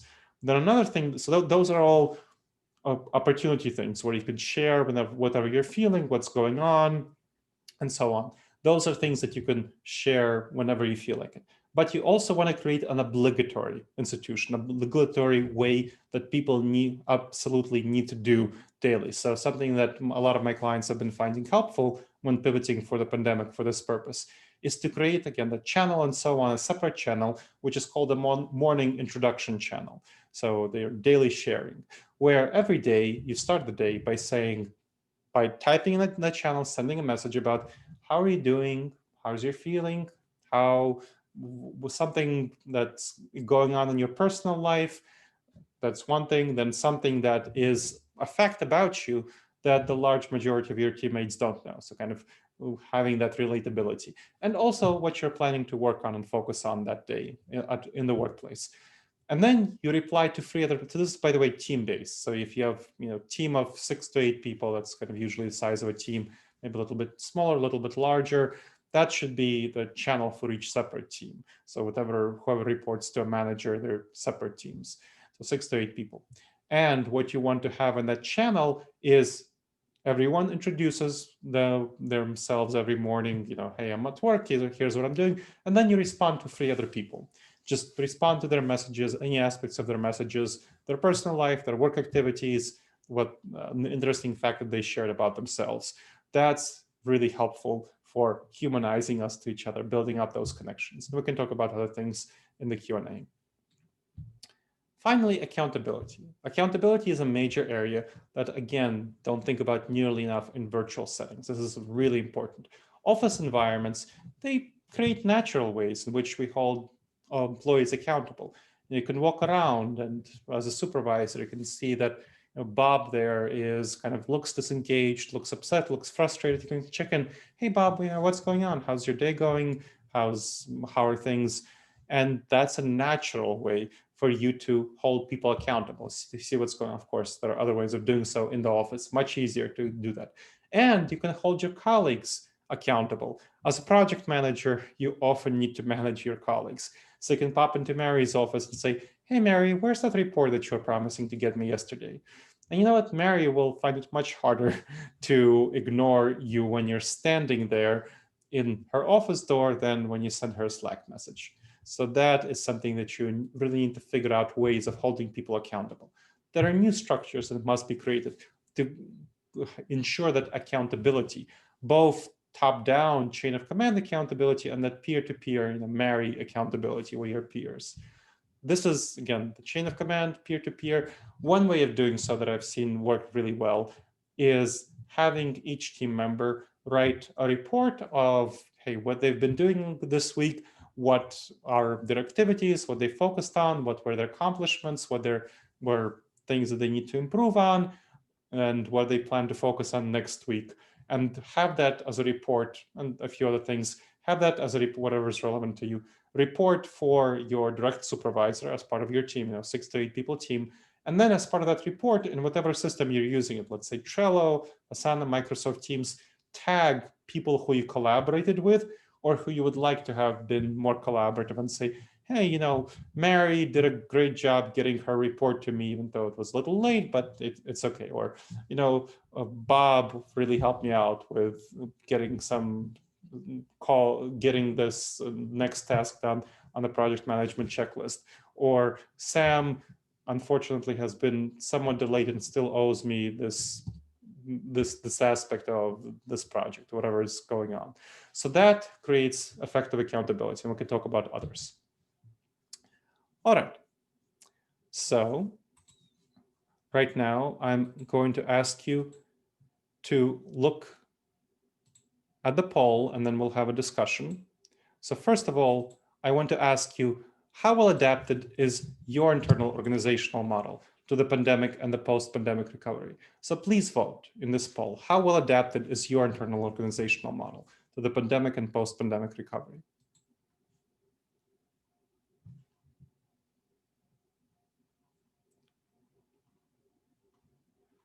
And in the meantime, if you look at the chat, Ralph says that personal travel restrictions are stressful too. Oh, definitely, no question.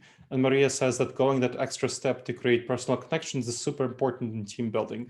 And you've heard about a lot of frustration from colleagues about losing that personal connection and how easily people forget that aspect in virtual settings. It's too true. And there are very few institutions, organizations that effectively take steps that don't feel intuitive, they don't feel comfortable to address this. And that's unfortunate, and they really should. All right, so I see that 73% of the people voted. So let's get those numbers up. Now we go ahead in the 80s voting before. If you haven't voted yet, please vote. I'll give you 5 more seconds.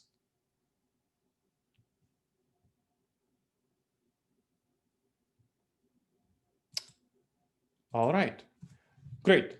So we see that of the organizations that adapted, it's good to hear that about 45% of the organizations adapted really well. But that means that the majority of the organizations, unfortunately, did not adapt as well as they should have. So they're only somewhat adapted. So there's some moderate modifications that need to be made or there are serious revisions that need to be made. So you want to be aware of what's going on, bring this information to the leadership team and talk to them about, hey, these are the 6 areas where we really need to improve. The 55% of you who found that, hey, need some revisions, either moderate or serious, to adapt well to the pandemic. Okay, stop sharing the results. I'll take questions right now on the internal organizational model. So, by the way, for Jerry says in the chat that they're a small company, so great that you're more nimble, but still have that old school prejudices about how organizations should work. So yes, it's definitely very typical to have those prejudices, and I hope this will help move those forward if you bring this information to your leadership. So again, chat your questions, and I'll be glad to take them.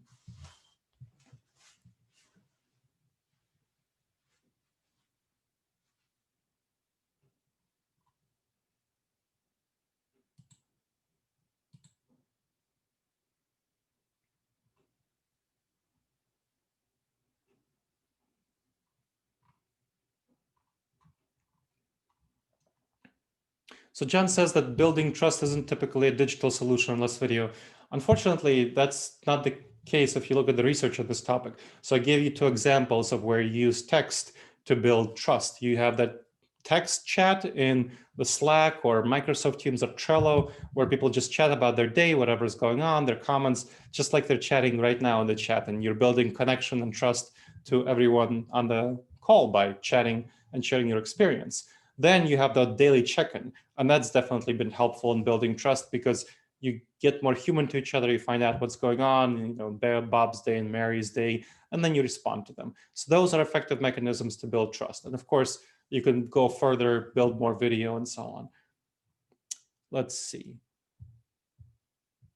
Greg says virtual happy hours are losing participation. So yes, that's something that I mentioned, that virtual meetings, to specifically kind of social check-in meetings, folks don't really like that because they're not engaging. They feel like they should be more engaging, but they're not as engaging as they actually feel like they should be. That's why text is actually more effective, because people don't have the kind of high expectations about it, but it actually has that functionality of connecting to each other, learning that we are human to each other.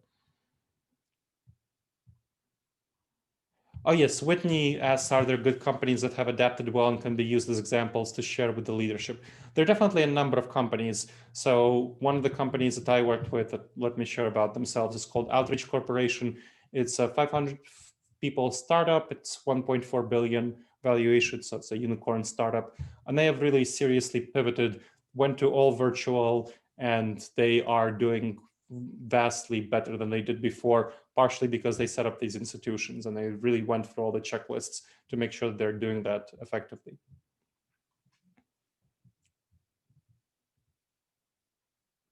Okay, so Chuck says that he works in a research organization. Lots of ideas are hatched by chance meetings. How are other organizations are creating chance meetings? So you can have a specific channel or a Trello card or whatever you're using in Slack, Microsoft Teams, that are devoted to ideas and getting feedback on ideas. And that's definitely been helpful for research organizations that want to do more work virtually. So just getting that feedback for ideas channel, that's definitely helpful. So Jason asked what the level of disengagement was before versus after the start of the pandemic. We don't have the level of disengagement after the start of the pandemic. We know that before the pandemic, only 34% of all employees were fully engaged. 50% were moderately, somewhat engaged, kind of punching the clock, doing barely enough. About 15% were actively disengaged, hostile.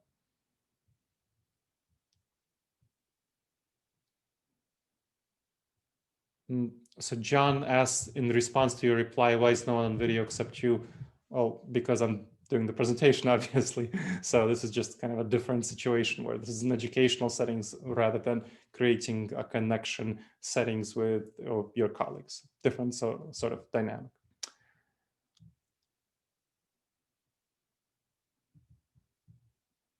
Okay, Nicole says that she has found some experience with social games is fun. The startup is called Outreach Corporation. It's the website is outreach.io. So they've pivoted quite successfully, and that's an example. Okay, let's see. Yes, so Ralph says that many video participants can cause bandwidth drain, and that's definitely it as well. And of course, folks, may prefer to be in their pajamas. I might prefer to be in my pajamas, but I'm presenting. It's not appropriate for me. But other folks might prefer to be comfortable rather than formally dressed. All right, let's go on to the next section.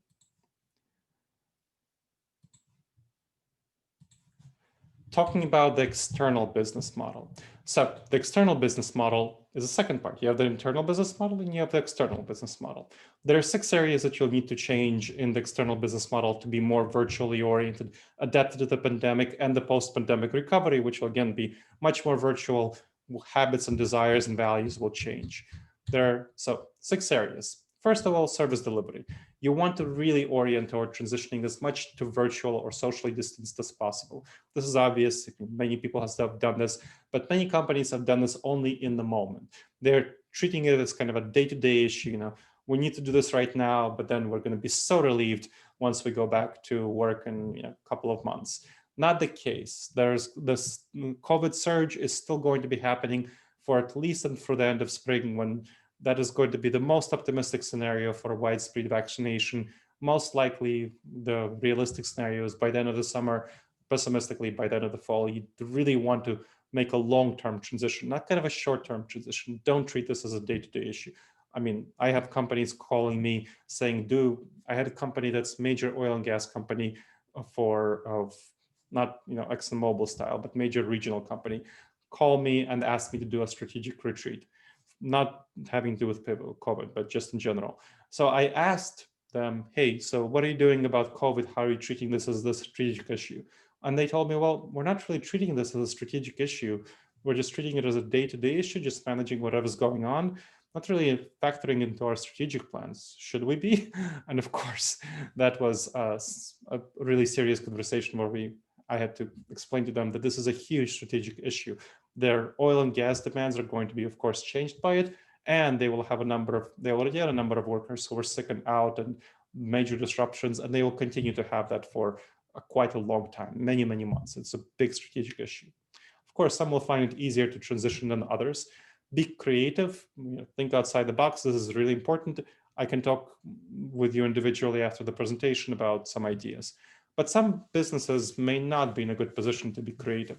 If you're in the restaurant industry, this is not a good time to be in the restaurant industry. And it might be better off to close for this temporarily until the end of the pandemic, until widespread vaccination.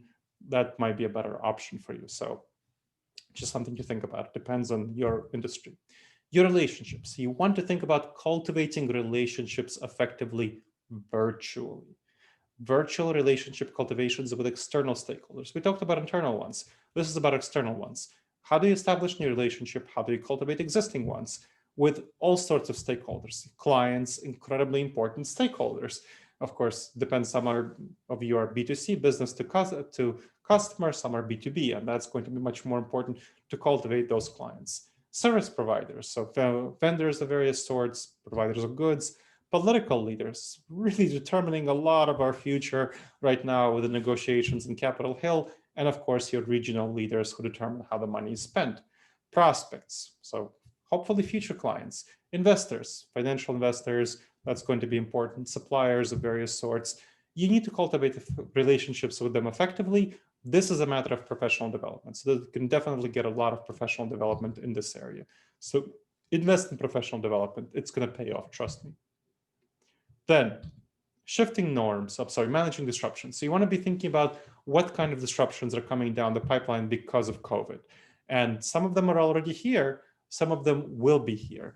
And so you want to be thinking about how your external stakeholders will be disrupted. What about supply chains? What about vendors? What about investors? All of these sorts of things. Most won't plan for the long-term disruptions. They're still being too optimistic.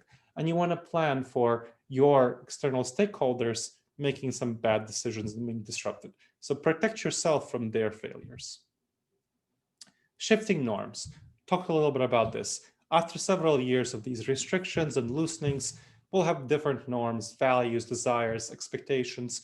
You want to get ahead of them. Figure out how to get ahead of these shifting norms. And that depends on your business, of course. In the number of businesses, it's really going to be financially lucrative to get ahead of these norms, get ahead of these shifts, and be where the market will be. Then, unknown unknowns. Of course, the pandemic was a predictable disaster. So you could talk about unknown unknowns, you can talk about black swans, but there are a number of people, very prominent people. I'm not talking only about epidemiologists, but people like Bill Gates and other top thought leaders who talked about, hey, we really need to prepare for a pandemic. But how many did? How many people prepared for a pandemic? I mean, how many people had pandemic insurance? You know, the typical business continuity insurance, what large majority of businesses have, is essentially a property casualty insurance. It has to do with damage to your property and interruption due to business due to damage to your property. Pandemic insurance is not part of business continuity insurance, the typical package. You need to buy a separate rider, which is available for the pandemic insurance. And companies that bought that pandemic insurance before the pandemic, of course, are in a fine state right now because they're covered. So that's great. But the large majority of companies did not. And they didn't address this predictable disaster. So you want to be scanning your environment. You know, look at the list of insurance riders and there are various other things. There are ways of doing that. We can talk about that in the Q&A, to look for predictable disasters and protect yourself against them. But of course, you can't predict everything. So this is where you want to maintain a cash cushion for protection. There will not be riders, for example, against a solar flare, which can knock out our communications for a couple of weeks, which will, of course, be a problem for virtual workers as well as in-person workers. That would be a serious issue. And that's something where a cash cushion will really help. A lot of businesses failed because they didn't have a cash cushion nearly well enough. And finally, outcompeting your competition. This is a really helpful step. That's something that will get a lot of buy-in from your leadership. So if you want to convince them, you want to stress this last point, especially to your leadership. They are really thinking about the competition, what's going on there, and you want to help them understand that by taking these steps, all of the steps from the internal business model and the external business model, you will outcompete your competition. You'll help you gain a major competitive advantage. And many will fail to adapt to the pandemic effectively in the post-pandemic recovery. Be too optimistic, too short-term oriented, too hopeful, falling into these cognitive biases. This is an opportunity to get ahead of them. This is great. You can gain market share, hire away good employees. Very helpful. All right. So let's take a look at the polls. We'll have another polling question about your external organizational model. So we talked about the internal one. Now the external one. How well adapted is your external organizational model to the pandemic and the post-pandemic recovery?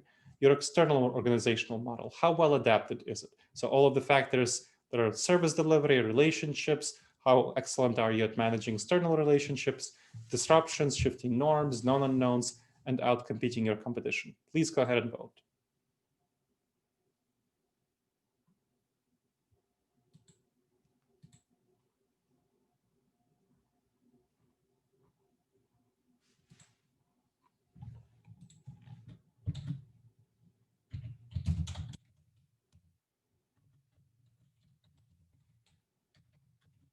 I had a question about what software I'm using from, I believe it's Donna. So I just shouted the name of the software to everyone. It's called Prezi Video. So it's not Prezi. The Prezi is a different presentation software. They came out with a new product called Prezi Video. I'm one of the beta testers for it. And because I created a lot of thought leadership on the pandemic, they wanted me to use this. And I found it to be very engaging and very effective. So you can just Google the phrase Prezi Video in quotation marks, and you'll come across this software. All right, so I see 80% of the people voted. I'll give you 3 more seconds if you haven't voted yet. All right, let's take a look at the results. So we see that the external organizational model is less well adapted than the internal organizational model for companies. That's good to understand that about a quarter of you have fine, perfectly adapted external organizational model, but the 3/4 of you do not. So it's not simply the 55%, it's much more than that, 75%. For those, about 60% of you need moderate revisions to your external business model, and 15% of you need serious revisions. So that's really something to understand and bring it to your leadership and say, hey, this is some serious steps we need to take to address the situation. Good. And again, you'll get resources on this information, including my book, which talks much more about this. All right, last section. The last thing I want to talk about is planning. Planning for the pandemic, the long-term impact of the pandemic. So this is what you want to be thinking about. How do you plan for the long-term impact of the pandemic? And that includes, of course, the post-pandemic recovery itself. And I'm going to give you six steps that you use to plan for that future. So think about the possible futures. What are the possible futures that might come out? At least plan for the variety of optimistic, moderate, and pessimistic vaccine scenarios. Optimistic, widely available vaccine by end of May. So widely available vaccine. Moderate, the realistic scenario, what will most likely happen is that it'll be widely available by the end of summer, end of August. The pessimistic scenario is that it'll be widely available in a year by the end of November. And you want to invest your resources accordingly to this scenario planning of what you're going to do. The optimistic, the moderate, and the pessimistic. And those scenarios, the optimistic and the moderate and pessimistic, I'm just giving you very broad ones that are applicable to all companies, that you should definitely include those. You also want to include things that are going to be particular to your company. So what's going on in your field, in your industry, what's going on in your company. So what will happen in the optimistic, moderate, and pessimistic, what does that mean for your company? So you want to think about the external environment and the internal environment, as well as the external environment, the broad one with the vaccines, industry-specific ones, and the internal environment of your company. Then think about what will happen 5 years out in each of these scenarios. What would your business look like in 5 years in each of these scenarios? The optimistic, the moderate, the pessimistic. What if your company was thinking that vaccines would be widely available in a couple of months, as many companies are, and they're not prepared for the reality of the third wave surge for the moderate scenario, where vaccines are only available by the end of the summer, haven't adapted themselves, have lost 6 months in not being prepared for the seriousness of the situation, are seriously behind their competitors, stumbling in a weak position, maybe running short on cash, what's going on there, not great. So you want to be thinking about that. I'm not giving kind of one example that I see a lot of companies falling into, unfortunately. So what would happen in each of these scenarios? Optimistic, moderate, pessimistic. Think about the problems. What kind of problems might happen? I just gave you an example of problems that might happen if in that kind of moderate scenario, if you're thinking that it's going to be, well, if your leadership is thinking it's just going to be a couple of months, and the reality is it's more like 9 months. Think of ways that you can address them in advance, obviously, plan for that outcome, or make a plan to resolve them if they do occur. Then opportunities. You don't want to simply think about the problems. You want to think about opportunities. How can you seize these opportunities? For example, the company that I talked about, Outreach.io, that is well adapted to the pandemic, what they decided to do is, as part of the strategic retreat that I facilitated for them, we decided that they will create a pivot package that they will offer to their customers. So they're providing sales engagement software, which helps customers make sales. And now they came out to their customers with a pivot package, helps their customers pivot their sales to the pandemic, to the situation. In general, pivot whenever they need to pivot, but specifically pivot to the pandemic. And that gave them certainly a way to seize market share, not simply retain customers, but they got a number of customers coming to them because of this pivot package, which the previous sales software doesn't have. So list these opportunities in each scenario and think of ways you can bring about these opportunities, like the company did by themselves, or make a plan to seize them if they do occur. Then resources. What resources would you need in each of these scenarios? Money, time, information, social capital, strategic planning resources, all of these sorts of things. Think about these resources that you'll need and make a plan to reserve sufficient ones for the pessimistic scenario. I strongly encourage it. So what will happen if we don't have vaccines widely available until the end of next November? If things go wrong, if there are more reagent issues as Pfizer had, if there's going to be issues with getting people to take a vaccine, if we only have 50% of the people vaccinated by late November as opposed to 80% of the people, that's not going to be great. So you want to prepare for that at least the moderate scenario, at least the end of the summer, but I strongly encourage the pessimistic one. Don't plan for the optimistic one. Don't plan for end of May. Finally, information. What kind of information will you use to determine which of these scenarios is coming to life? So you can take a look at thought leaders like Bill Gates, who are very powerful and prominent on the pandemic and who are closely following the in-depth developments. We can take a look at other resources that show what's going on. Of course, you have industry-specific resources. You can follow my articles on LinkedIn, which I closely send information out on what's going on with the pandemic, various scenarios, what you should be looking at, and adjust your plans accordingly, and then execute, execute, execute. All right, so that's the planning. And now I want you to look at the polls again. This will be the pre-last poll. How well adapted is your current strategic plan, your company's strategic plan? How well adapted is it to the pandemic and the post-pandemic recovery? So again, the strategic plan, how well adapted is it to the pandemic itself and then the post-pandemic recovery? So please go ahead and vote.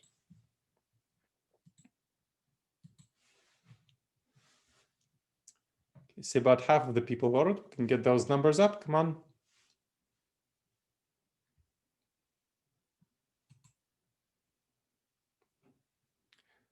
I'll give you 3 more seconds to make your voice heard if you haven't voted yet.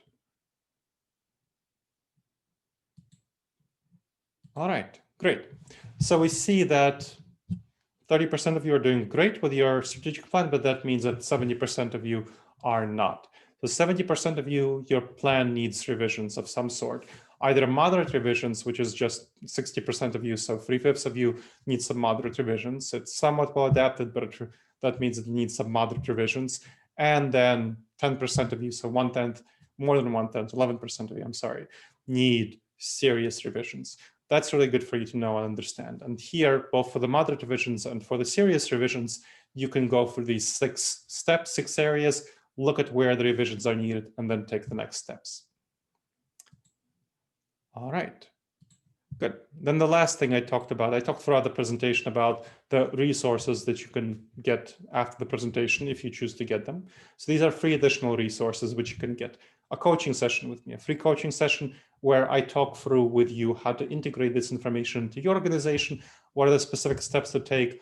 There was in detail discussions, for example, about how to create social connections. I'll be happy to talk about that and how it applies to your company and any sort of things about coach, about the plan, external business model, internal business model, cognitive biases, getting the assessment into your company. And you'll get the assessment itself, the assessment on dangerous judgment errors in the workplace, and the manual on defending your future for strategic planning, which goes much more in depth through the strategic planning process that I quickly went through. Then a digital copy of my new book, Resilience, Adapt and Plan for the New Abnormal of the COVID-19 Coronavirus Pandemic. So all of these are resources that you can get if you wish. And the way you get them is, of course, voting in the poll. So the final poll of the day. Go ahead, vote for whether you would like to get post-webinar resources from me or whether you would not. So please go ahead, vote. And in the meantime, after you vote, chat your questions into the chat box, and I'll be happy to answer those questions. So again, vote for that, and then we'll chat your questions, whether you'd like them. So vote both yes or no, whether you would like them. So don't just leave the same thing. Just to let everybody know while you're voting, we are coming up to the bottom of the hour. So anybody who does want to stay on and do question and answer time with Gleb is free to stay on. Mm-hmm. Absolutely. So Aileen asks, if that's the way you pronounce your name, or Aileen, during the early .com, companies marketed and sold software concepts as if the concepts were able to work immediately. Software needed massive development. Do you think the same thing might be happening with the marketing and selling of these vaccines? Meaning, how possible is it that the vaccines may fail at the start of major distribution?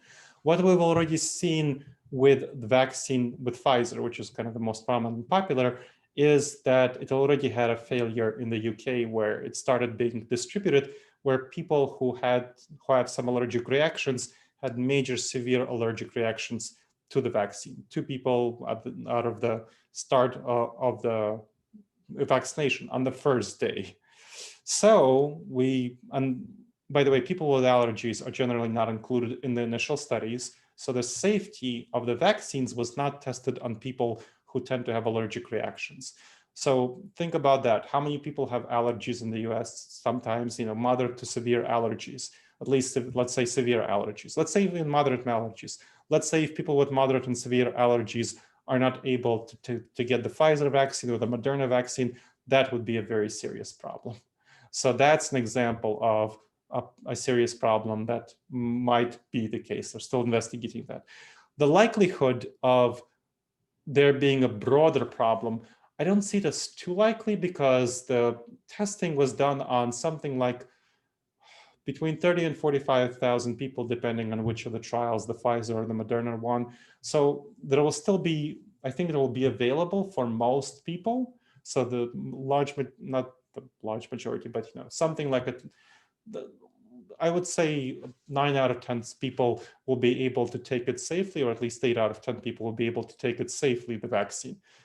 I think the biggest issue will be in just pulling everything together in a timely manner. I think so many companies are underestimating the huge production, distribution, and actual vaccination hurdles that they're not estimating the times correctly. I don't think it will fail. I think it will just be quite a bit slower than folks anticipate being.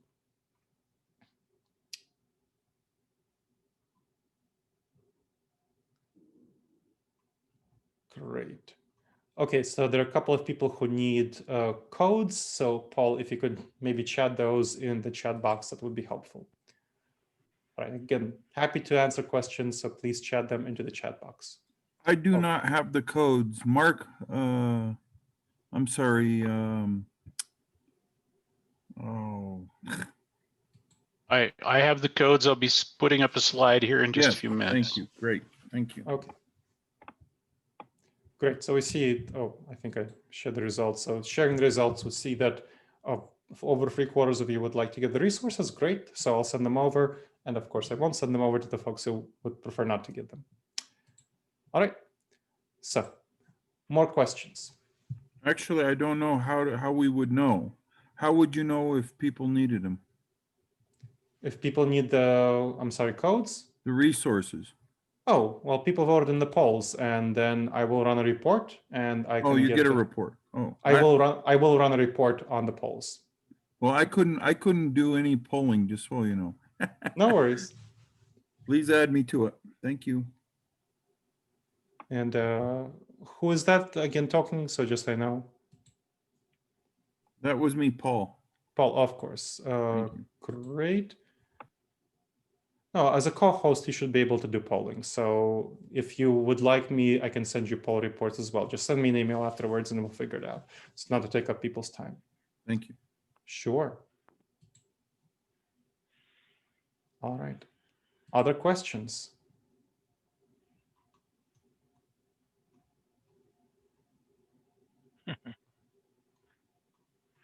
Okay.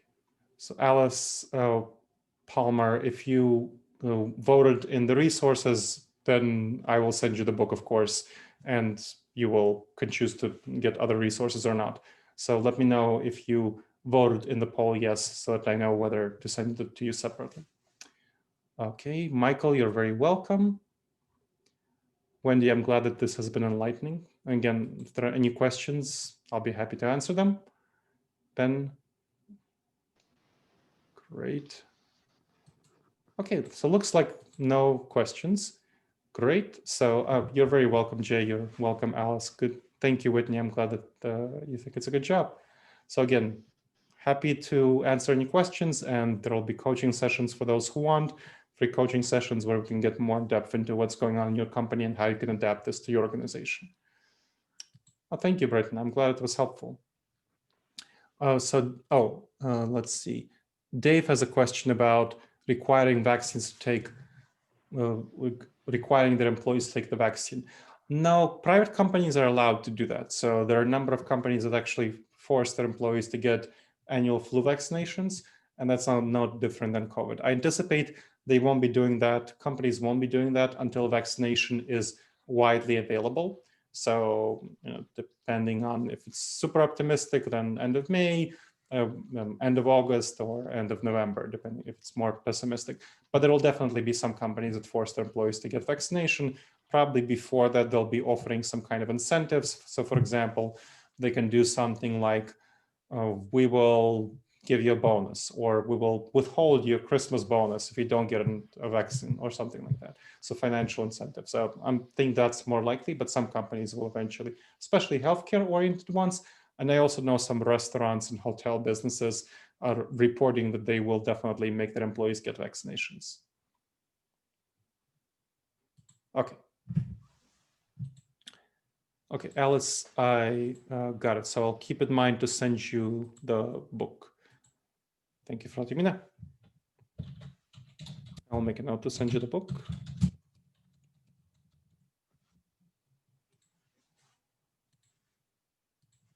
All right.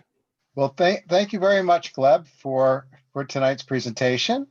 I think you can see from the comments there that was very well received.